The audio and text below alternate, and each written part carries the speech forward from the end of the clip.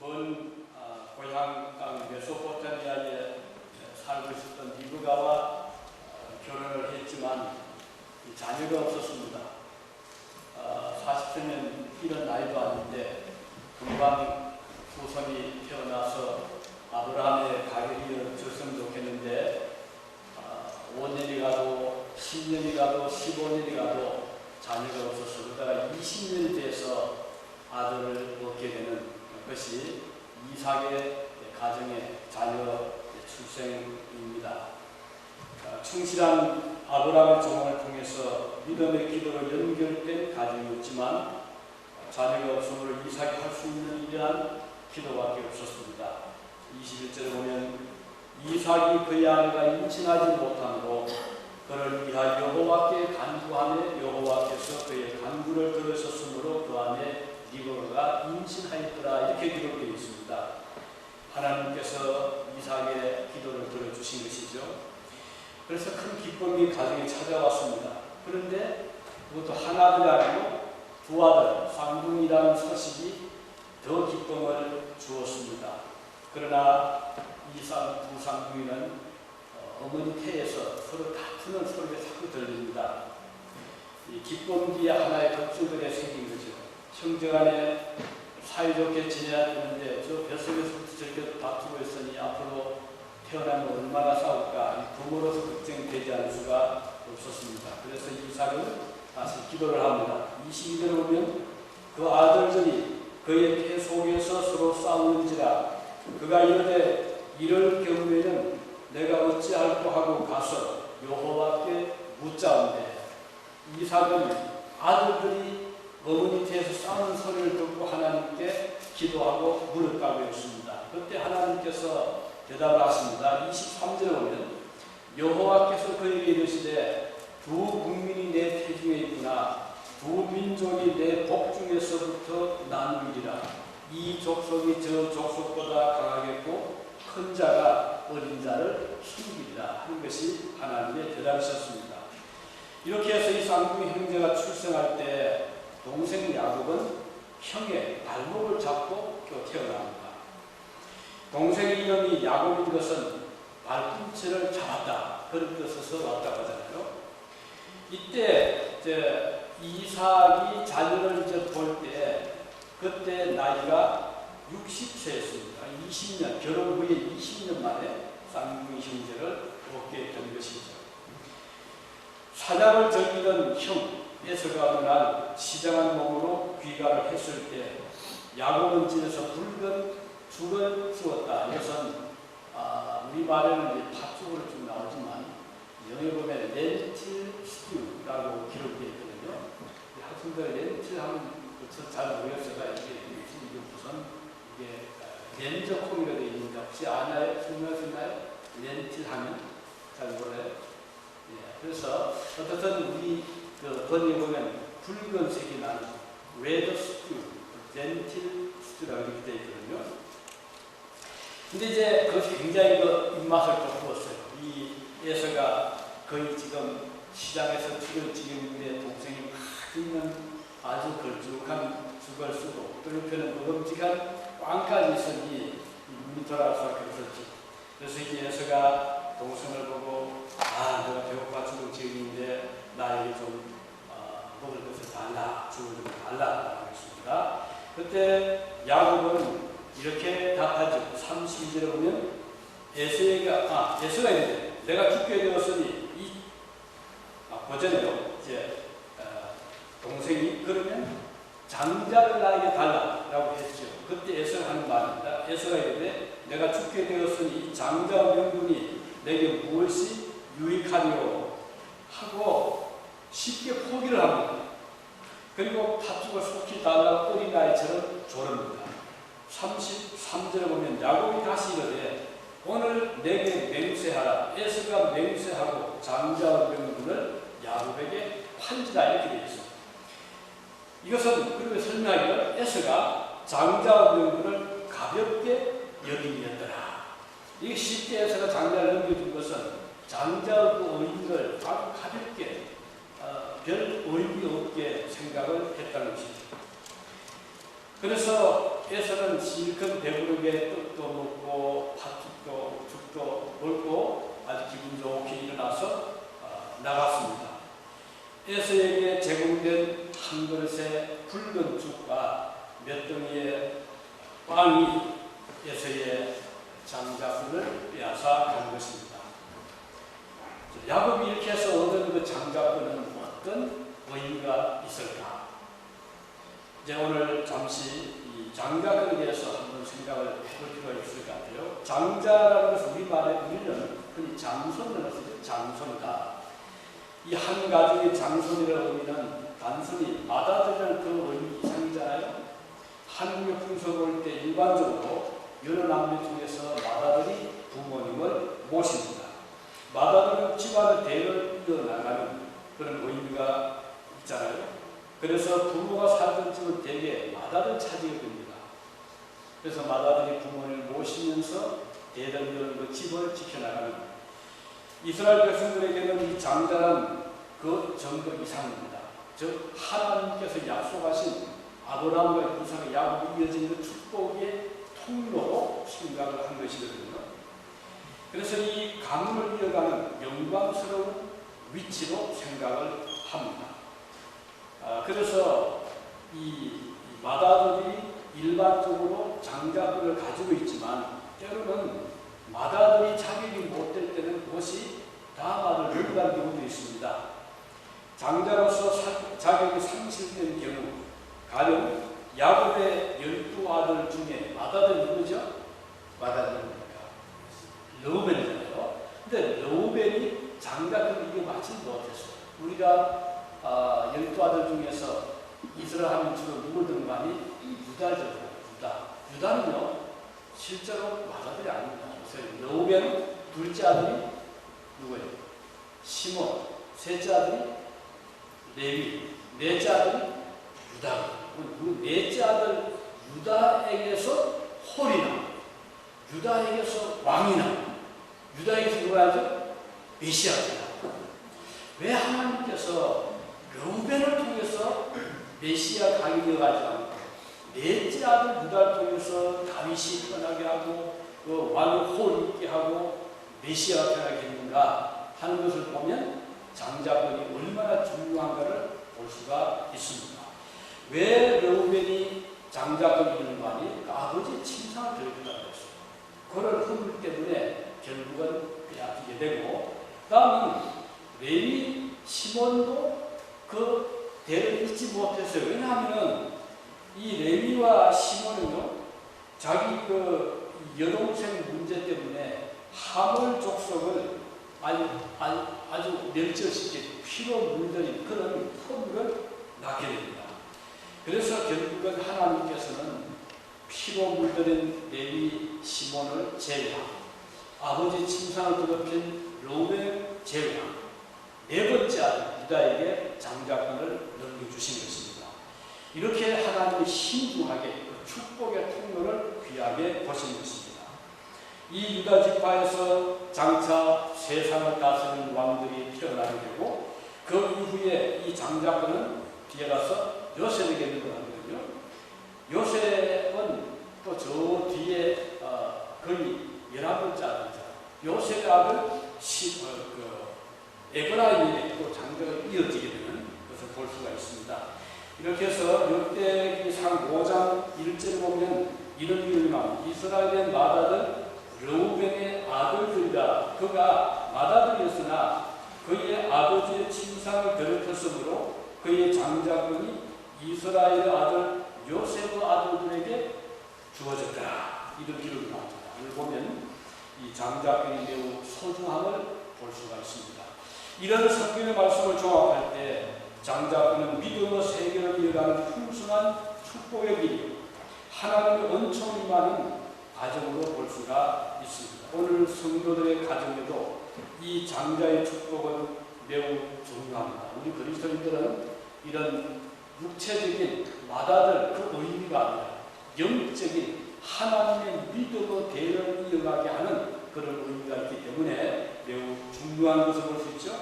그래서 여러분 중에 이미 믿음을 불만 부모님을 모신 분들이 계십니다. 그것은 아주 축복입니다. 또 몇 대의 믿음을 지킨 분들이 가끔 있거든요. 참 아름다운 모습입니다. 이 장자권은 받아들이는 의미가 있긴 하지만 그보다 더 중요한 것은 구원의 대가 이어지는 그런 가정으로 볼 수가 있는 것이죠. 따라서 첫째뿐 아니라 둘째, 셋째로 이 축복을 받아 누릴 수가 있습니다. 오늘 본문은 이 장자 축복을 누리는 모습을 우리에게 보여주거든요. 그리고 태어나기는 장자로 낳지만 그 축복을 잃어버리는 안타까운 경우도 우리는 보게 됩니다. 자, 오늘 야곱은 장자권을 자기 소유로 삼기 위해서 어떤 노력을 하고 있던가 하는 것을 같이 보게 되는데, 에서는 사냥을 좋아해서 주로 남성들이 그래서 사냥을 즐기고 야생동물 잡아와서 고기로 맛있게 요리해서 부모님을 섬기기도 하고 어떻게 보면 참 훌륭한 멋있는 남자였습니다. 그러나 아버지가 좋아하실 사냥감을 찾아 산천을 헤매다가 지친 몸으로 집에 들어왔지. 마침 붉은 죽을 끓이고 있던 동생에게 해서 요청하죠. 내가 피곤하니 그 붉은 것을 내가 좀 먹자. 야곱이 이때 대답하죠. 형의 장과 명분을 내게 팔아. 내게 파시오. 동생이 대답했어요. 이 말을 들은 에서는 다시 답하죠. 내가 죽게 되었으니 이 장자 명분이 내게 무엇이 유익하니 참입니다. 우리는 이런 대화를 통해서 두 사람의 생각을 읽을 수가 있습니다. 야곱은 철저하게 형의 그 장자권을 부러워했고 자기 것으로 삼고 싶었던 것을 볼 수가 있고, 또 이 형 에서는 자기 가지고 있는 그 축복의 권을 별로 중요히 여기지 않은 그런 모습을 보게 됩니다. 우리는 이 모습에서 오늘날도 하늘의 세계, 천국의 세계를 사모하고 자기의 것으로 삼으려는 성도의 모습을 생각하게 됩니다. 야곱은 장자권, 즉 축복권을 얻기 위해서 매우 공격적인 자세를 가지고 있죠. 장자가 얻게 된 축복은 내 것으로 삼고자 하는 마음이 그를 사로잡고 있음을 보게 됩니다. 주님께서 말씀하셨습니다. 마태복음 11장 12절에 보면 새 요한 때부터 지금까지 천국은 침노를 당하나니 침노하는 자는 빼앗느니라. 이 말은 우리 주님께서 사람들이 누가 천국을 얻느냐, 우리가 흔히 믿음으로 얻습니다. 우리는 아무것도 안 얻어서 그 맞는 말씀이지만 다른 면에서 보면 하나님께서는 천국을 주시기 위해서 그 성도로 하여금 마치 어떤 성을 차지하기 위해서 단단히 허리띠를 메고 모든 힘을 영향을 집결해서 성을 공격하는 자의 모습으로 말씀하고 있습니다. 그래서 천국은 침노하는 자가 빼앗는다. 천국은 찾는 자가 구한다는 거예요. 구하라 주실 것이요 찾으라 찾을 것이 말씀은 성도 편에서 의무를 말씀해 주는 거거든요. 전쟁에서 한 나라를 차지하기 위해서는 그만한 준비가 필요합니다. 많은 희생을 각오해야만 합니다. 왜냐하면 지금 성을 지키는 상대적 쪽도 상당한 힘을 가지고 있기 때문입니다. 오늘 많은 사람들이 믿음의 축복을 얻기 위해서 이런 각오를 가진 자들이 있는가 하면 또 어떤 이들은 그러지를 못해서 믿음의 축복을 좀 생각하다가 또 괜찮겠다 하고 믿음 생활을 시작을 하긴 했는데 얼마 가다 보니 생각보다는 예상보다는 부딪히는 자극이 너무 많거든요. 그러다 보면 결국은 쉽게 포기하는 경우들을 우리가 간혹 봅니다. 조금만 힘들고 쉽게 물러섭니다. 포기합니다. 이런 사람은 결국은 천국을 소유하지 못하고 놓치고 마는 것입니다. 야곱이 훌륭한 사람이어서 장자권을 차지하겠다는 것은 아니었어요. 그는 단지 그 장자권의 의미를 알아 그것을 차지하기 위해서 모든 방법을 동원하고 있을 볼 수 있죠.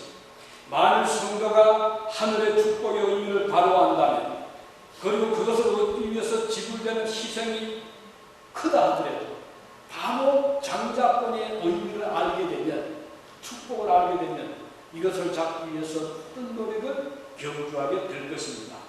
왜냐하면 그 축복은 너무 크기 때문입니다. 한 그릇의 죽과는 비교할 수 없는 모든 축복이 그 속에 있기 때문입니다. 그리스도인들이 무엇이 중요하고 소중한가를 바로 알 때 믿음 생활을 제대로 할 수 있거든요. 우리 주님께서 말씀하셨죠. 너희는 먼저 first 그의 나라와 그의 의를 구하라. 이것은 순서 문제잖아요. 누구에게나 먹고 마시는 거 중요한 문제, 의식도 중요한 문제입니다. 하루도 먹지 않고 잊지 않고 살 수 없잖아요. 반드시 필요한 일용품이 우리에게 있어야 됩니다. 그러나 주님은 우선적인 것은 그보다가 먼저 필요한 것은 그의 나라와 그의 의라고 말씀하셨습니다. 그 먼저 구할 것은 하나님의 나라와 의라는 것이에요. 우리는 일하기 전에 일도 중요합니다. 그러나 성도는 먼저 하나님 앞에 기도하는 자들입니다. 아무리 바쁜 일상 중에서도 하나님과 의논하면서 살아가는 자들, 공부가 필요하죠. 지금 시간 급박하죠. 시험은 다가왔죠. 그렇더라도 그렇지 않아요. 하나님 앞에 먼저 단 1문자 고개 숙여 기도할 줄 아는 자들인 것입니다. 지혜를 구하고 하나님의 도움을 구하는 것이 크리스천 학생들의 모습인 것입니다. 당장 눈앞에 캄캄한 일이 닥쳐오더라도 하나님께 엎드려 도움을 구하는 자들이 선교의 자세인 것입니다. 야곱이 맛있게 만든 먹음직한 붉은 음식을 왜 야곱 자신이 먹고 싶지 않았겠어요? 형 주면 내가 저걸 할 수 있잖아요. 두고 또 먹어야 되는데 그렇지만 야곱은 그것을 조금도 빌어주지 않고 형에게 다 양보합니다. 많이 드시라고. 그리고 야곱은 장자권을 잡는 두 가지를 잡을 수 없어요. 우리는 어느 한 가지를 포기해야 됩니다. 만일 복음을 위해서라면 양보할 수 있는 것은 양보할 수 있는 자들이 성도들입니다. 야곱이 장자권을 얻기 위해서 기꺼이 죽을 제공하고 떡을 제공하고 모든 편리를 제공했던 것처럼 성도는 이런 각오를 가질 필요가 있습니다. 빌립보서 3장 8절에 보면 사도가 이런 고백을 하고 있습니다. 모든 것을 해로 여기며 내 주 그리스도 예수를 아는 지식이 가장 고상하기 때문이다. 내가 그를 위하여 모든 것을 잃어버리고 예수님으로 여기면 그리스도를 얻고자 합니다. 여기에 바울 사도는 자기의 그 마음의 그릇 속에는 두 가지를 담을 수 없어 알고 있었습니다. 세상도 담고 담아있고 그리스도 담고 이것은 안 되는 거거든요. 맑은 물이든지 아니면 우중물이든지 헐탕물이 두 것 중에 하나지 맑은 물과 헐탕물을 같이 섞으면 어떻게 되겠어요? 복음과 세상 이 두 가지를 두고 사도 바울은 미련 없이 복음을 섭취한 것을 볼 수가 있는 것입니다. 주님께서 하신 비유 말씀 중에서도 비슷한 비유가 있죠. 감추인 보화의 비유입니다. 농부가 밭을 갈다가 땅속에서 보화를 발견합니다. 엄청난 값진 것입니다.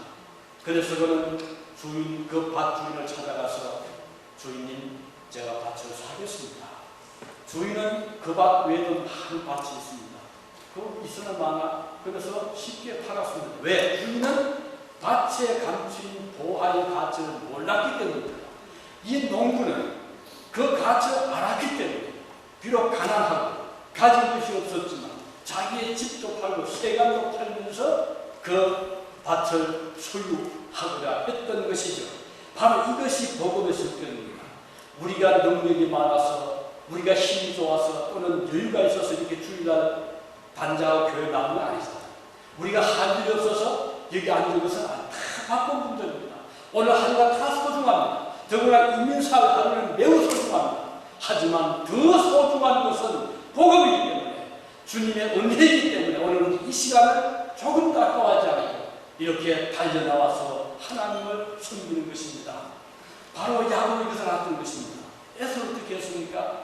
에서는 잠시의 배고픔을 해결하기 위해서 보다 소중한 장자권을 잃어버린 자입니다.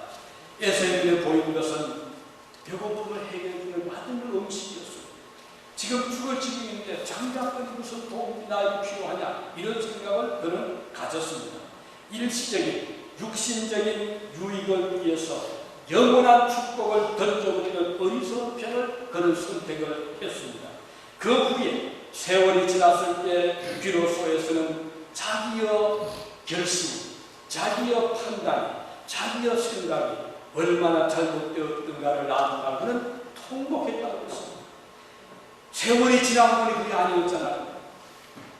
그러나 이미 기회는 지나가고 말았습니다. 잠시의 배고픔은 면할 수 있었지만 계속되는 갈증을 면할 길은 없었습니다. 또 먹을 것을 찾아 헤매야 되는 것이 그의 모습이었습니다. 우리는 수가성 우물가 여인의 이야기를 알고 있잖아요. 이 여인은 매일같이 물을 들어왔어요.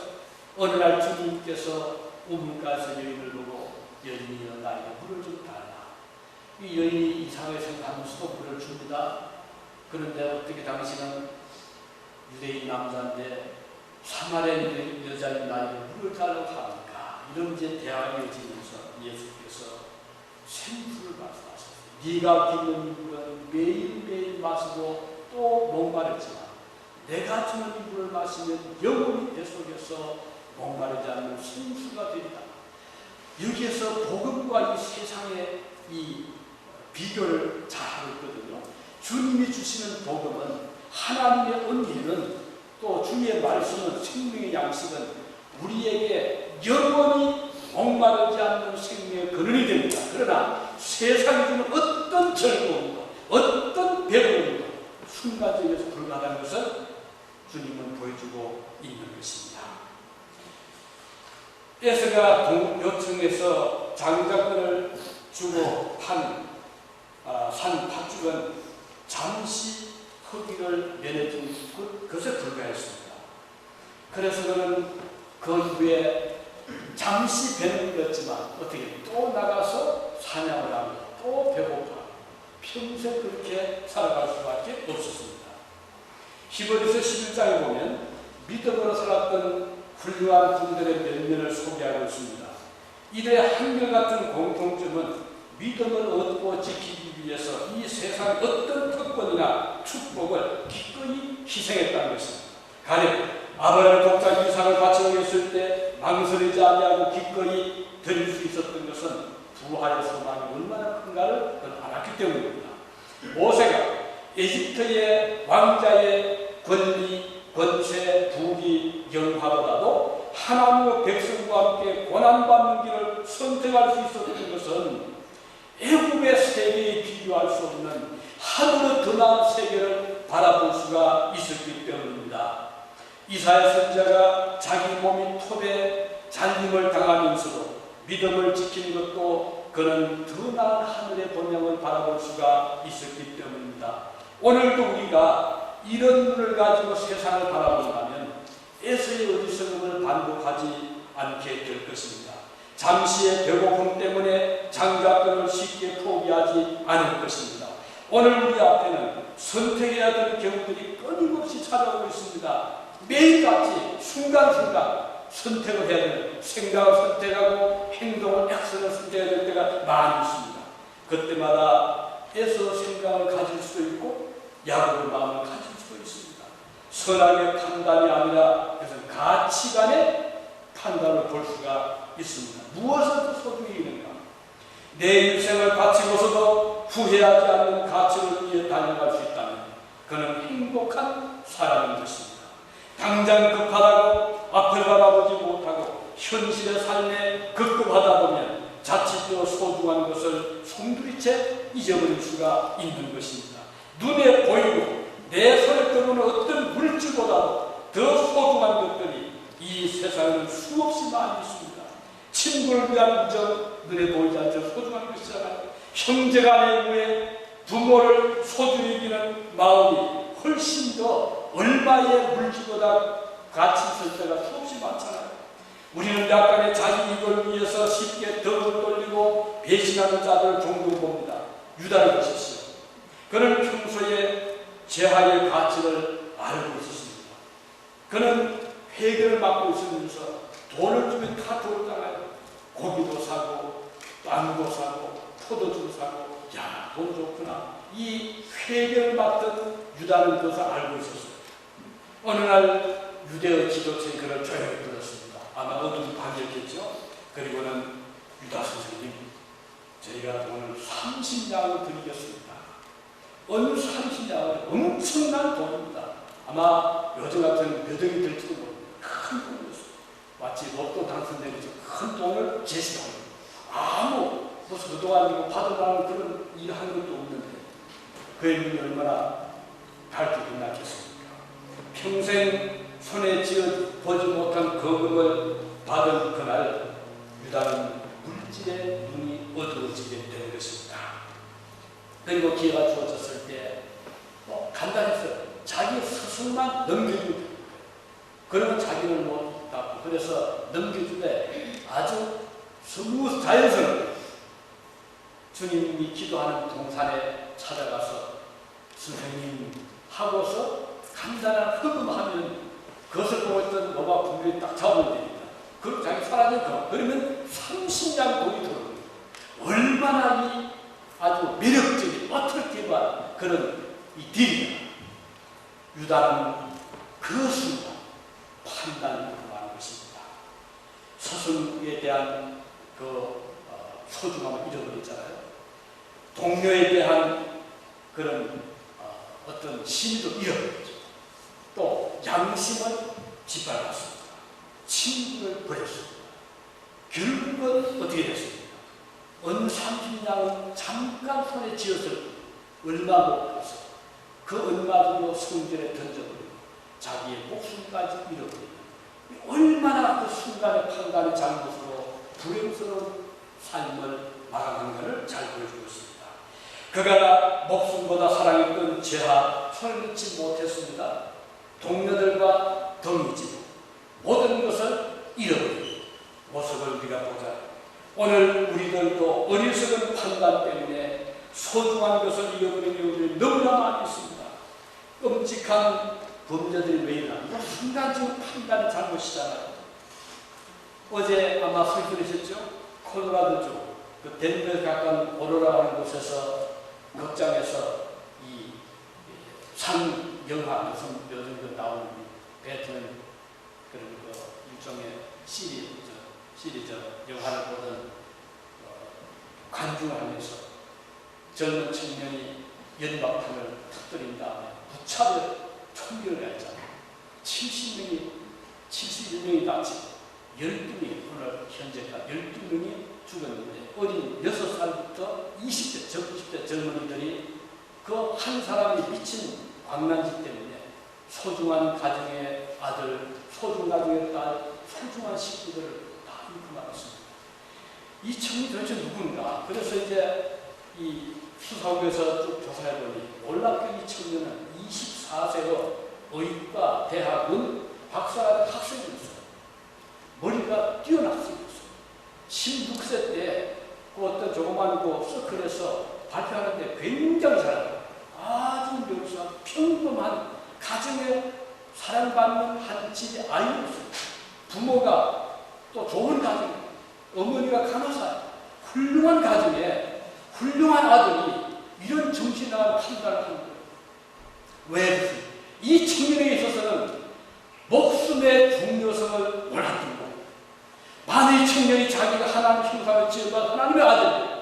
그리고 우리 모든 사람들이 나와 똑같은 하나님의 소중한 아들과 딸이라면서 알았더라면 어떻게 감당할 수 있습니까? 이게 바로 가치관의 혼돈이죠. 요즘 얼마나 이런 많은 일들이 일어나는지 우리가 모르잖아요. 아이들이 생각은 그냥 눈에 보이는 거, 이게 좋아 보이는 거.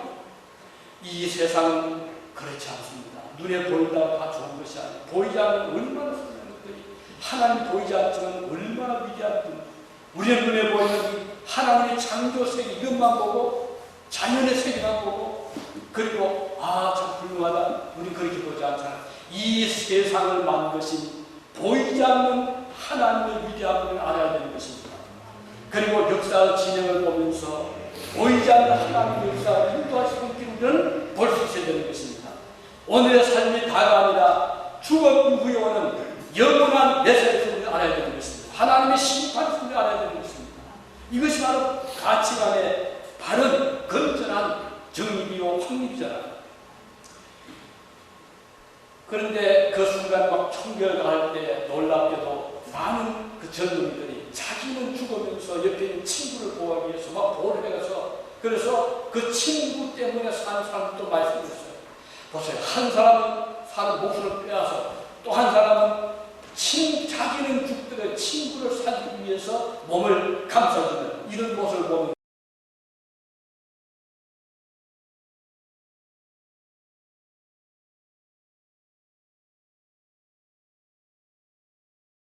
오늘 이 세상은 참 온갖 사람이 다 살고 있는데 우리 그리스도인의 삶이 달라야 된다는 것이지. 그래서 나의 적은 이익을 위해서 남을 괴롭히고 희생시키는 자들 위해서 안 될 것입니다. 이것은 매우 불쌍하고 불행한 것입니다. 한국에서도 최근에 그 신문을 보았더니 어떤 분은 학교에서 고등학생, 우수한 고등학생인데 얘가 자기 동료 학생을 갖추는 학생 데리고 있으면서 온갖 폭행을 다 가했더라고요. 담배불을 지지고 이거 인간으로서 그럴 수 있는 그런 학대를 저지르더라고요. 왜 이렇게 생깁니까? 도대체 그 마음속에 무엇이기에 저렇게 인간으로서 할 수 없는 짓을 하게 되냐? 이게 바로 가치관의 차이 문제거든요. 우리 그리스도인들은 주님 앞에서 무엇이 옳고 그릅니까? 또 무엇이 축복의 길인가를 바로 생각하고 오늘도 진지한 그런 모습으로 살아갈 수 있기를 바라는 것입니다. 우리가 살고 이 세상은 끊임없이 선과 의와 불의, 진리와 비진리와 갈림길들이 우리를 향해 도전하고 있거든요. 그럴 때마다 올바른 선택을 할 수 있기를 바랍니다. 예서처럼 일시적인 해결책을 찾으려 하지 말고 하나님의 축복을 자자손손 받을 수 있는 선택을 할 수 있기를 위해서 기도하시길 바랍니다. 자비로우신 우리 아버지 하나님, 오늘을 감사드립니다. 오늘 에서와 야곱을 보면서 오늘 저희들도 에서처럼 당장 눈앞에 어떤 일시적인 적은주의 때문에 큰 것을 놓치려 할 때가 많이 있습니다. 주여 저희들에게 신령한 눈을 밝게 뜨게 해주셔서 무엇이 옳고 그러며 어떤 길이 바른 길이고 축복의 길인가를 깨닫게 하여 주시옵소서. 이 세상 살아갈 동안 믿음의 선한 길을 찾아가는 저희들이 되게 하여 주시옵소서. 예수님의 이름으로 기도드리옵나이다. 아멘.